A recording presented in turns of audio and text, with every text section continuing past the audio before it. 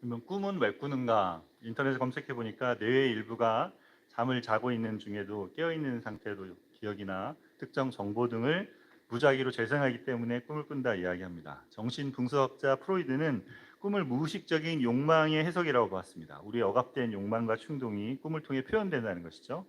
과학자들은 과학적으로 보니까 꿈이 렘 수면 단계에 활발하게 꾸어지고 있고, 우리가 경험한 일이나 일상에서 접했던 정보들이 꿈의 소재가 된다고 이야기하고 있습니다. 지금도 여전히 내 꿈을 왜 꾸는지는 왜 꾸는지 잘 알지 못해서 이런 연구가 계속 진행되고 있다고 합니다. 우리는 살아가면서 꿈을 꾸죠. 최근에 여러분은 어떤 꿈을 꾸신 기억이 있으십니까? 네, 꿈을 꾸고 나면 기분 좋은 꿈이 있고 아주 기분이 나쁜 꿈도 있습니다. 그리고 어떤 꿈은 너무 생생해서 꼭 무슨 일이 일어날 것 같은 그런 꿈도 있습니다. 그래서 꿈을 이야기하고 꿈을 해몽하기를 원하죠. 오늘 본문에 보면 꿈을 꾼 두 사람이 나옵니다. 요셉은 이 두 사람이 꿈을 해몽해 주죠. 요셉이 전한 꿈 해몽에 따라서 두 사람의 운명이 달라집니다. 이렇게 오늘 본문은 꿈과 꿈을 해석하는 내용이 나오는데, 주님은 이 본문을 통해서 우리에게 무엇을 말씀하기 원하실까요? 오늘은 어, 음, 해석은 하나님께 있지 아니하니까라는 말씀 제목으로 본문을 통해 주신 은혜를 함께 나누기를 원합니다. 첫 번째, 하나님은 감옥에 있는 요셉과 꿈으로 함께 하신다입니다. 1절에서 3절 말씀을 한 번 더 같이 읽겠습니다. 그 후에 애굽 왕의 술 맡은 자와 떡 굽는 자가 그들의 주인 애굽 왕에게 범죄한지라. 바로가 그 두 간원장 곧 술 맡은 간원장과 떡 굽는 간원장에게 노하여 그들 친위대장의 집안에 있는 옥에 가두니 곧 요셉이 갇힌 곳이라. 오늘 본문은 그 후에라고 시작하는데, 그럼 그 후에가 언제입니까? 39장 다음인데, 요셉이 지금 어떻게 해요? 보디발의 아내 유혹을 뿌리치고 도망갔다가 그것 때문에 억울하게 감옥에 갇힌 후에라는 뜻입니다. 예, 당시 요셉의 나이는 몇 살이었을까요? 28살이었습니다. 어떻게 알까요? 요셉이 나중에 말씀을 보면 30살에 이집트의 총리가 됩니다. 30살에 총리가 되는데, 요셉이 17살에 지금 그렇죠. 노예로 팔려갔죠. 그래서 오늘 사건이 있은 후에, 오늘 이야기 있은 후에 2년 후에 바로가 꿈을 꿨고 그래 총리가 되었기 때문에 요셉의 나이는 28살입니다. 그래서 17살에 노예로 가는 게 지금 28살이니까 보디발의 집에 노예와 감옥에 있은 지 합쳐서 11년이죠. 11년 동안 노예 생활과 감옥 생활을 한 거죠. 얼마나 어떻게 했는지는 자세히 안 나왔기 때문에 우리가 알지 못하지만 그 정도의 시간을 보낸 것입니다. 보디발의 집에서 인정받아서 집안의 모든 것을 관리하는 노예였지만 청지기처럼 그렇게 관리하는 관리자였다가 하룻밤에 감옥에 갇힌 신세가 됐죠. 이렇게 노예였지만 그래도 그렇게 지내는 게 나았을 텐데 감옥에서 죄수로 살아가는 삶은 만만치 않았을 것입니다. 그렇게 지내는 어느 날 바로의 왕의 술 맡은 관원장과 떡 굽는 관원장이 감옥에 들어왔습니다. 이들은 왕의 신임을 받는 사람들이었어요. 여러분, 대장금 아시죠? 옆에서 수라 울면서 왕의 떡과 술을 이렇게 맡아 산다는 것은 그 사람들이 먼저 맛을 봐야 되거든요. 그리고 그냥 이것만 하기 아니라 관원장이니까 많은 사람들을, 수락관 대장금처럼 많은 사람들을 거느리고, 또 그렇게 친밀하기 때문에, 식사하는 게 친밀하기 때문에 많은 조언과 이야기를 바로 왕과 친밀하게 나누는 사람들이었습니다. 근데 그들이 무슨 죄목으로 이게 감옥에 갇혔는지 알지 못하지만 어쨌든 이들이 왕의 노여움을 사서 친위회장 보디발의 집안에 있는 요셉이 갇혀 있는 감옥에 들어오게 됩니다. 보디발은 요셉에게 이들을 수종들게 합니다. 비록 이들이 죄인으로 그 감옥에 갇혀 있지만 왕의 측근들이었기 때문에 언제 복직될지 모르는 사람들이었죠. 그래서 보디발은 이들을 잘 돌봐야 됐습니다. 그래서 그들을 돌볼 사람으로 누구요? 요셉을 삼은 것을 보면 요셉을 여전히 어떻게 여기고 있습니까? 성실하고 정직한 사람으로 인정하고 있는 것이죠. 아내의 말보다 그간 요셉이 보여준 그 모습을 더 신뢰하는 것처럼 보입니다. 요셉이 이들을 돌보는데 어느 날 이들이 꿈을 꿉니다. 두 사람이 하룻밤 사이에 각기 다른 내용의 꿈을 꾸죠. 근데 그 다음날 아침에 두 사람의 반응이 똑같았습니다. 6절에서 8절 말씀 같이 읽겠습니다. 아침에 요셉이 들어가 보니 그들에게 근심의 빛이 있는지라. 요셉이 그 주인의 집에 자기와 함께 갇힌 바로의 신하들에게 묻되 어찌하여 오늘 당신들의 얼굴에 근심의 빛이 있나이까. 그들이 그에게 이르되 우리가 꿈을 꾸었으나 이를 해석할 자가 없도다. 요셉이 그들에게 이르되 해석은 하나님께 있지 아니하나이까. 청하건대 내게 이르소서. 아침에 만났는데 어떻다고요? 얼굴에 근심이 빛이 있다. 요셉이 이들을 보고 알아차렸습니다. 밤새 뭔가 문제가 있었다라고 생각해서 왜 얼굴에 근심빛이 있습니까? 라고 물었어요. 여러분, 요셉의 모습과 태도가 보입니까? 요셉은 이들을 수정돈다, 이들을 돌보는 일을 했는데, 예, 근데 어떻게 해요? 이들의 마음까지 바라보는, 굉장히 충실하게 해요. 대충 뭐 별로 신경 쓰는 게 아니고 뭐 오늘 무슨 일이 있었나 보다 이렇게 하지 않고 세밀하게 보고 있습니다. 얼굴의 표정을 보고 근심한 모습을 보고 마음까지 세밀하게 살피고 있습니다. 이들이 꿈을 꿨는데 그 꿈은 각기 달랐어요. 술 맡은 관원장은 포도나무 꿈을 꿨습니다. 포도나무에 세 가지가 있고 싹이 났는데 그 꽃이 피고 포도송이가 열렸는데 자기 손에 바로에 포도주 잔이 들려 있어서 이 포도주를 따가지고 포도즙을 짜서 바로에게 주는 꿈이었어요. 그렇습니다. 떡 굽는 간원장은 뭐였어요? 머리에 광주리 셋을 이었는데 이걸 입고 있는 꿈인데 맨 위 광주리가 바로 위에 떡을 주려고 하는 그 떡인데 이 떡을 새들이 와서 먹는 그런 꿈이었습니다.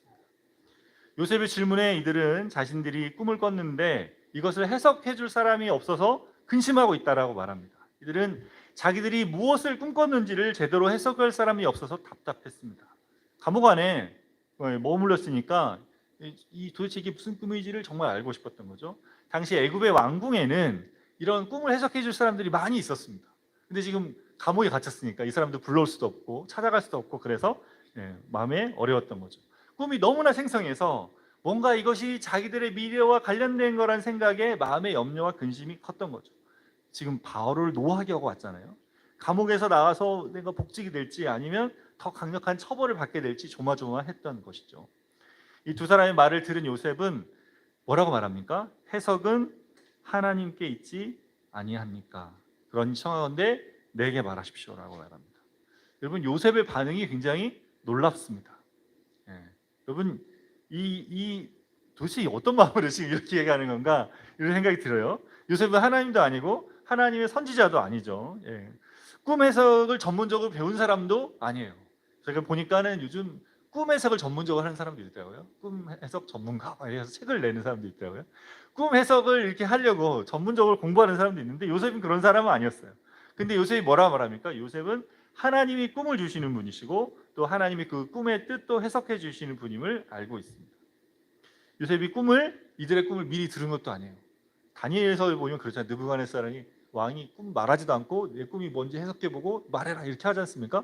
요셉이 꿈을 듣기도 전이잖아요. 근데 그냥 말하고 있는 거죠. 그 여기서 하나님께 이 꿈을 알려주시기를 기도한 것도 아니고 또 하나님께서 요셉에게 알려주셨다, 말씀해 주셨다라는 기록도 없습니다. 근데 요셉이 지금 이 꿈을 해석하겠다고 말하는 것이죠.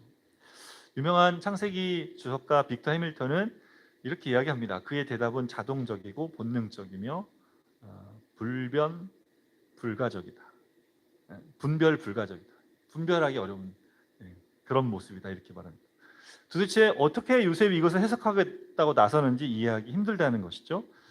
꿈을 듣기도 전에 하나님께서 꿈에 대한 해석을 주실 것을 믿고 있는 것입니다.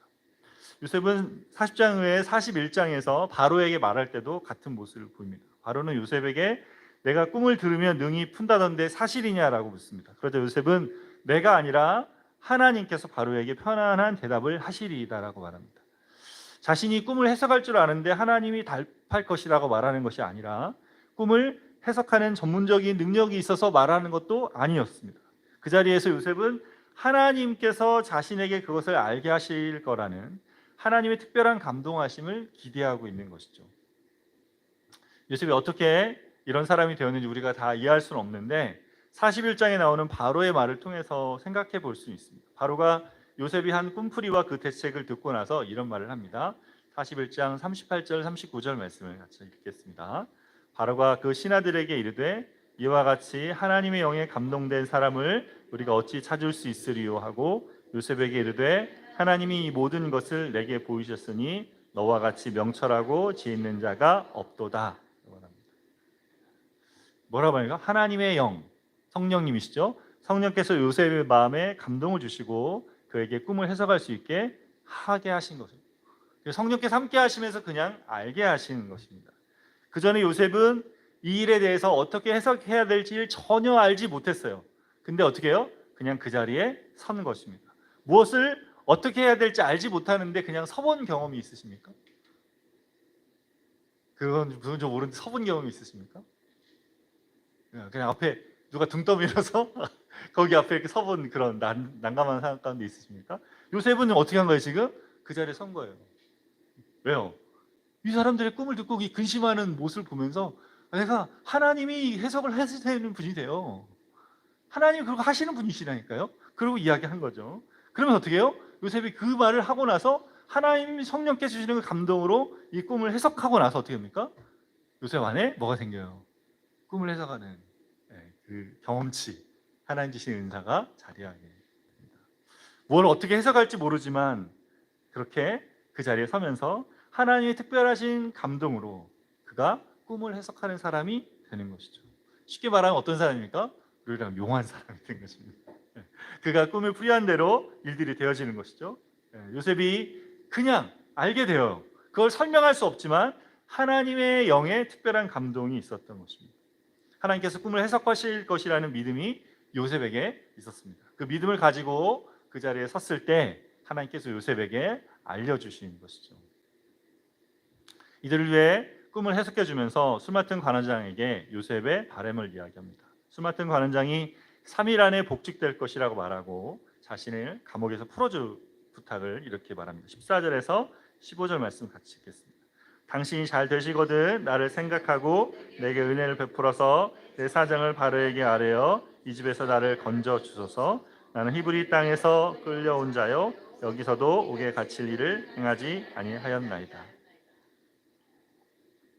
요셉이 뭐라 말합니까? 자신이 억울하게 히브리 땅에 억울하게 끌려왔다고 쌉니다. 그리고 애굽에서도 옥에 갇힐 만한 일을 하지 않았다고 자기의 결백을 바로에게 아뢰달라고 부탁합니다. 그러면서 자기에게 은혜를 베풀어 달라고 구하죠. 요셉은 마음에 있는 간절한 바람을 그렇게 드러냅니다. 요셉의 꿈이나 두 관원장의 꿈이나 바로의 꿈은 모두 하나님이 그들에게 주신 꿈이었어요. 여러분 두 번씩 요셉의 꿈도 두 번이었고 이 두 관원장도 같은 날 곧 다른 꿈이었지만 두 개가 주어져 있고 바로의 꿈도 41절 읽어보면 두 번 같은 꿈을 다른 꿈이지만 같은 내용의 꿈을 꿨습니다. 두 번씩 쌍으로 이루어진 계속된 그 꿈은 하나님께서 반드시 이루실 거라는 것을 알리는 표였습니다. 감옥에서 보내는 동안 요셉은 인생에 무엇을 계획할 수 없는 암울한 그런 상황 가운데 있었을 것입니다. 보디발의 집을 관장하고 있을 때는 그래도 상황이 좋아져서 뭔가를 생각해 볼 수 있었지만 감옥 안에서는 미래도 꿈꿀 수 없이 캄캄한 상황이었을 것입니다. 여러분 살면서 종종 우리는 앞으로 어떤 계획을 가지고 있는지 질문을 받을 때가 있습니다. 고등학생이 되면 당장 뭐 합니까? 뭐 하지? 너가 뭐 하니? 당장 대학에 무슨 전공으로 어디를 어느 대학에 갈지를 물어오죠. 대학을 졸업할 때쯤 되면 어떻게 합니까? 어떤 직장에 취직할지를 물어옵니다. 나이가 들어가면 은퇴 후의 삶이 어떻게 할지에 대해서 물어옵니다. 인생에 우리가 어떤 계획을 세우기가 쉽지 않은데 자꾸 물어오죠. 구체적으로 계획하기 힘든데 자꾸 물어옵니다. 계획한 대로 그대로 되는 인생이 아닌데 계획을 물어와서 우리를 곤란하게 합니다.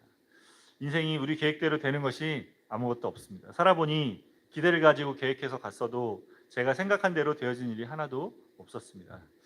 심지어 주님의 인도하심을 구했고 주님이 열어주신 길인 줄 알고 나갔는데 거기서도 제가 기대했던 대로 되지 않은 것을 보았습니다.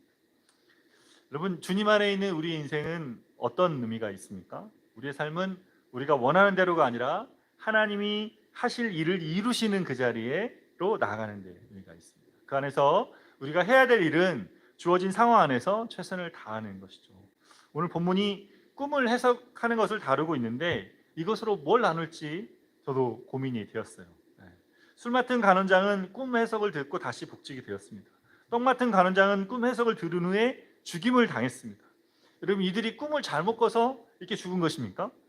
아니면 꿈 해석을 잘못 들어서 죽은 것입니까? 다르게 해석했다면 이들이 살았을까요? 그게 아닌 거죠. 오늘 본문이 말하고 있는 것이 뭐예요? 이 본문이 하나님 말씀이 본문이 우리에게 지금 뭘 이야기하고 있는 것입니까? 요셉의 꿈에도 두 관원의 꿈에도 바로의 꿈에도 하나님은 보이지 않으셨지만 하나님이 그들 안에 함께하고 계셨던 것이죠. 그 안에서 하나님의 계획을 이루어가고 계셨습니다. 하나님의 거대한 계획을 성취하가는 도구로 이들에게 꿈을 주시고 요셉에게 그 꿈을 해석하게 하고 계신 것입니다. 인생의 자리에 때로 하나님께서 어디에 계신지 잘 보이지 않을 때가 많이 있습니다.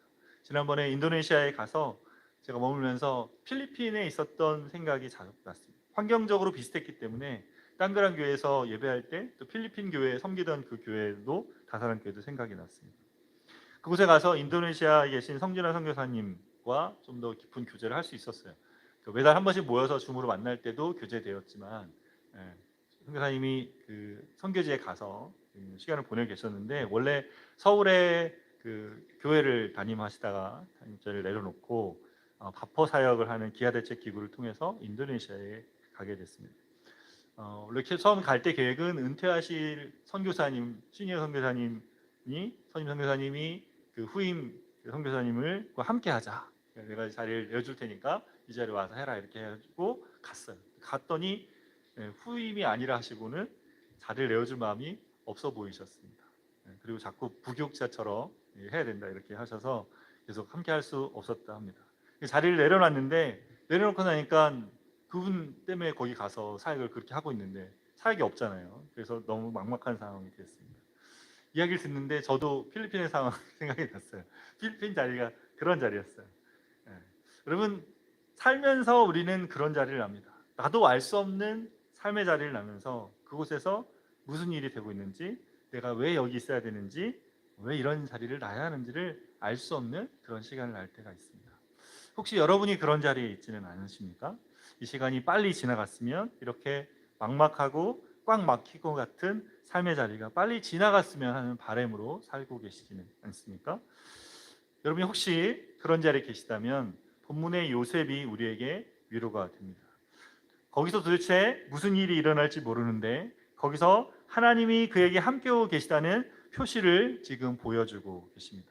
하나님이 명백히 일하시는 것처럼 보이지는 않지만 하나님이 그 안에서 약속을 이루어가고 계시고 그 약속 안에 있는 요셉을 인도하고 있음을 보게 됩니다.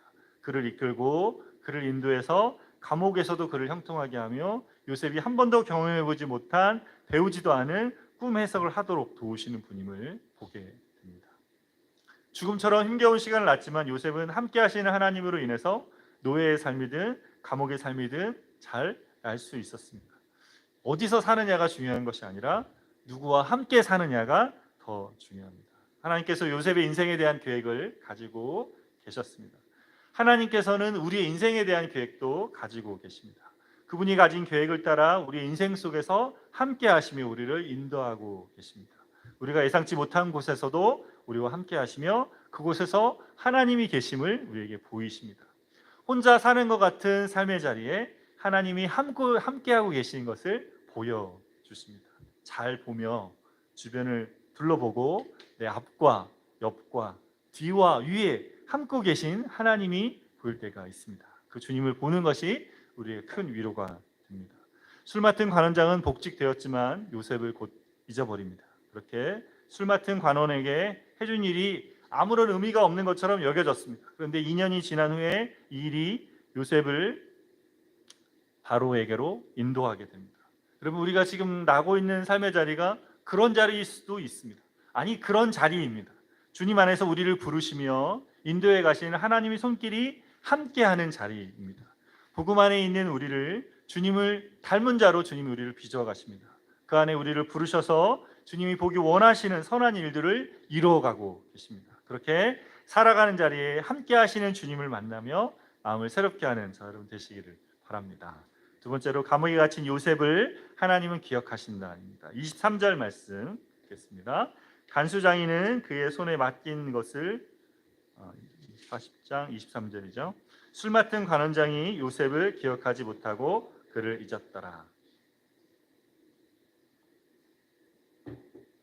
3일 후에 바로의 생일에 떡 맡은 관원장은 죽임을 당하고 술 맡은 관원장은 복직을 합니다. 그러나 그는 요셉을 잊어버립니다. 술 맡은 관원장은 요셉을 기억하지 못했지만 하나님이 요셉을 기억하셨습니다.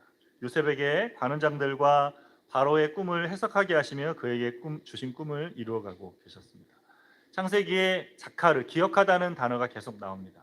창세기 8장 1절에 처음 나오는데 하나님께서 홍수 때 150일 동안 물이 차 있는 동안 노아를 기억하셨다고 말씀합니다. 기억하다는 이 단어는 평상시에 잊고 있다가 갑자기 생각나는 것이 아니라 항상 마음속에 새기고 있는 상태를 의미합니다.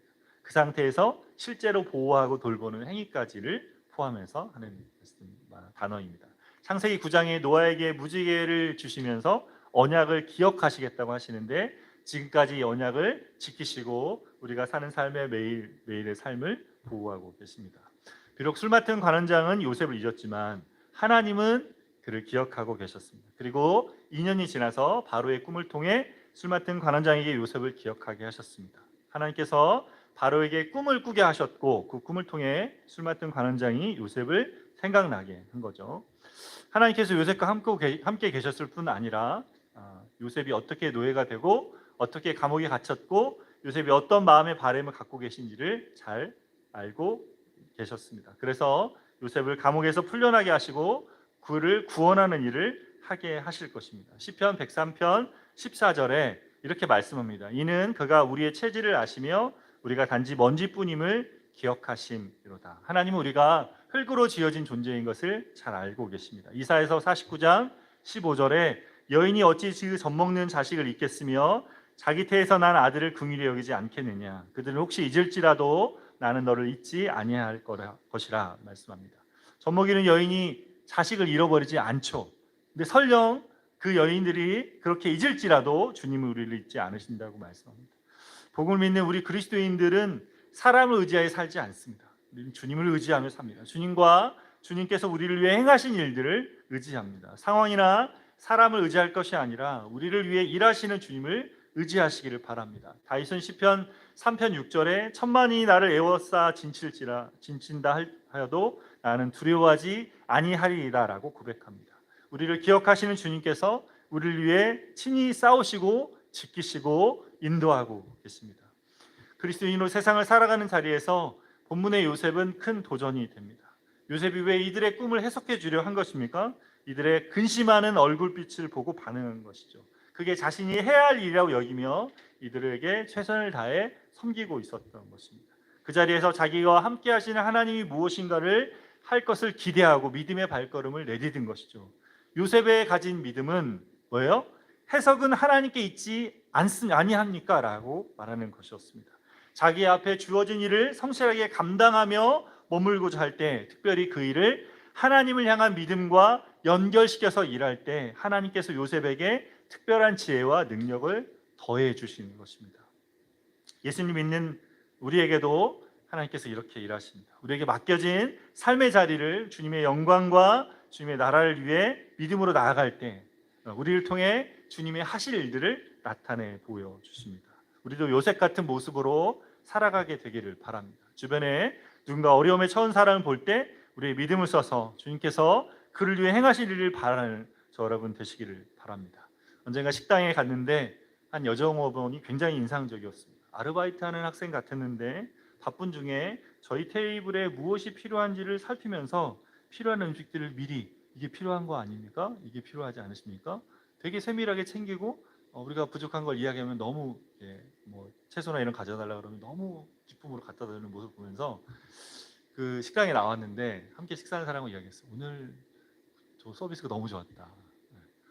이렇게 서비스를 받았지만 이런 사람이 없었다. 근데 아마 그분이 가지고 있는 그 마음의 이렇게 진실함과 또 마음의 그 기쁨과 이런 마음들이 전달된 것 같아요. 여러분 그것이 우리가 주님 우리에게 말씀하시잖아요. 일할 때 사람에게 하지 말고 주님께 하라. 우리에게 지금 그런 마음을 가지고 살라는 거죠. 사람들과 함께 대하는 자리에 우리가 할 수 있는 일들을 할 때 특별히 사람들의 모습 오늘 보이잖아요. 근심이 있는 사람의 모습 볼 때 어떻게 했어요? 왜 근심이 있냐 물어보고 그걸 들으면서 요셉이 가진 그 믿음으로 나갔잖아요. 주님이 하신 일들을 봤습니다. 우리가 주변에 우리가 살아가는 삶의 자리에 그렇습니다. 여러분 많이 주변에 그런 일들을 볼 거예요. 여러분과 관계하는 사람, 여러분이 일할 때 만나는 사람들 가운데 보일 때 여러분이 마음 쓰시고 또 함께 믿음의 자리로 같이 나가서 주님이 하신 일들을 보면 좋을 것 같습니다. 주께서 우리를 통해 그 일들 계속해서 행하십니다. 주님이 우리에게 삶으로 주신 그 자리를 우리가 최선을 다해 나았던 그 자리, 지금은 다 알 수 없지만 그 자리를 통해서 주님이 하실 일들을 보게 될 거예요. 주님이 우리를 통해 약속하신 일들을 이루어가고 계시는 자리이기 때문에 그 자리, 그 다음 자리에 무엇을 하실지 우리는 기대하며 머무르면 됩니다. 지금 이 시간은 어떻게 해요? 다 보이지 않습니다. 말했던 필리핀의 그 시간 보이지 않았어요. 도대체 어디로 가야 할지 몰랐습니다. 근데 주님이 인도하심이 있었고 또 그 자리를 나면서 여기까지 오게 하셨습니다. 인도네시아 계신 성진아 선교사님도 그렇죠. 그 시간을 지금 어떻게 났는지 모르지만 지금 가 봤더니 그 자리 가운데 지나면서 청년 사역을, 청년 기숙사 사역을 하면서 청년들을 영적으로 세워가는 것들을 보게 됩니다.